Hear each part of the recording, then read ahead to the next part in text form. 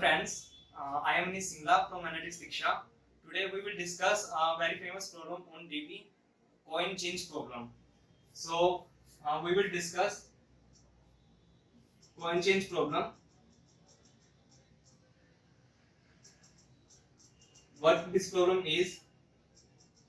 In this lecture we will discuss what this problem is, what is the problem statement. Then we will discuss general approach to solve this problem. Approaches to solve this problem. We will discuss about can we use DP in this problem. Then we will use how we will use DP in this problem.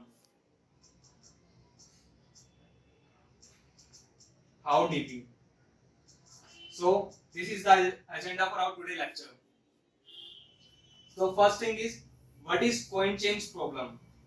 The coin change problem says we have an infinite supply of coins of different denomination and we are supposed to make a given value.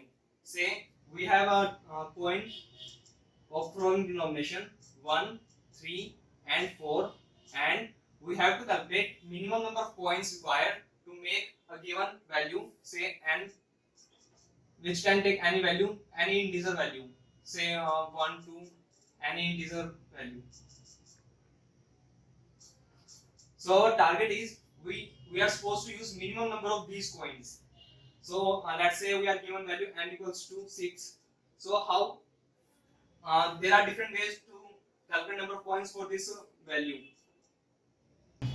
So for n equals to 6, what we can do is the first approach will be to use the denomination with maximum value. So here we have the denomination 4 with maximum value. So we will use one coin of denomination 4 and 2 coins of denomination 1 to make value 6. So total number of coins used here are 3. In this way, we can calculate for let's say for another example n equals to 9. So for this we will use 2 coins of denomination 4 and 1 coin of denomination 1. So total number of coins in this case also will be 3. But this approach fails in some scenarios. This approach doesn't guarantee the optimized solution for each and every case. Let's say for n equals to 6 only, we can see if we use 2 coins of denomination 3, we can make this value using only 2 coins. So like 2 coins of denomination 3, then in using only 2 coins we can make this value. So this approach fails in these scenarios. So let's discuss, can we use DP in this problem?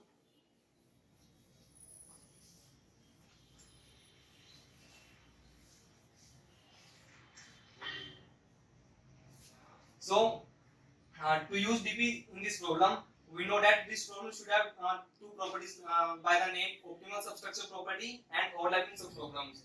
So for calculating n equals to let's say 4, let's take another for calculating n equals to 6, what we can using the denomination array 1, 3 and 4.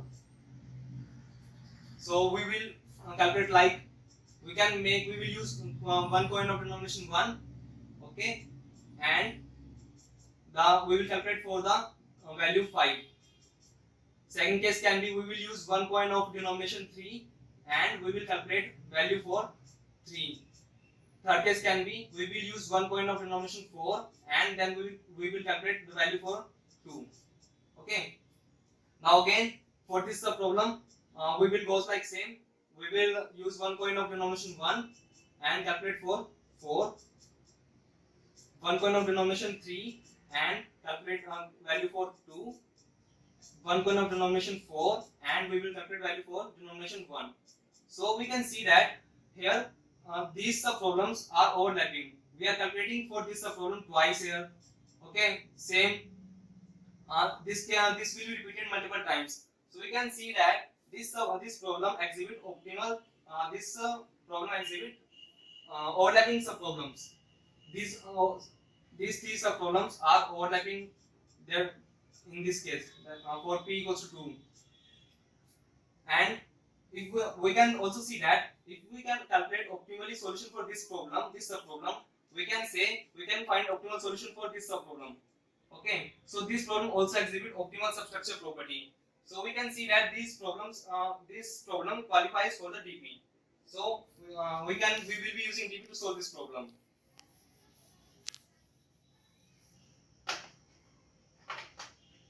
So how we will use DP in this problem? We will use bottom-up approach here. We will start from the value 1, then we will go up to value n, the required value. Let's say n equals to 5. Okay. For in this case, we will make an array of the length or length of given required value. Let's say this is the 1, 2, 3, 4, 5, 6. So this will be our array. So we will use this array to store number of minimum number of points required for making its ith index. So array of 1 will store minimum number of points required to make value 1. Okay, so initially we can see that we have 3 coins of denomination 1, 3 and 4. So to make value 1, we will require only 1 coin. Same is the case for the value 3 and 4. So these index will be initialized to 1 and rest we will initialize from 0. Okay. Now to calculate value for another 3 values, we can see, let's say we will start from here. Okay, so this for this value we already have computed, we have already calculated the optimal value, so we need not to check for this. We will go for this now. For 2, we can see that there is only one case we can make a value using the point 1 only, and we will require 2 coins for this value. So we will be using 2 coins to make value 2. Okay. Now for the case 5, we have 3 scenarios. So for 5, what we have to do is we have 3 cases here. The first case will be we will be using 1 coin of value 1, okay, and then we will calculate the number of coins required to make value 4. Okay. Then in another case we will use 1 coin of value 3 and number of coins required to make value 2. Okay. And the third approach will be 1 coin of value 4 and number of coins required to make value 1. So we can see that to calculate for these all of these subproblems, we have already solution for these subproblems which are optimal in our case. So for 4 we require only 1 coin, for 2 we require 2 coin, and for 1 we require only 1 coin. So we need to take minimum of these 3 values. Using this approach we are using 2 coin here. Using this approach we are using 3 coins here, and using this approach we have 2 coins. So minimum of these 3 values is 2. So we have to use 2 coins to make this value 5. So this is the way we will solve this problem using dynamic programming. Okay. Now let's see how we will write this code.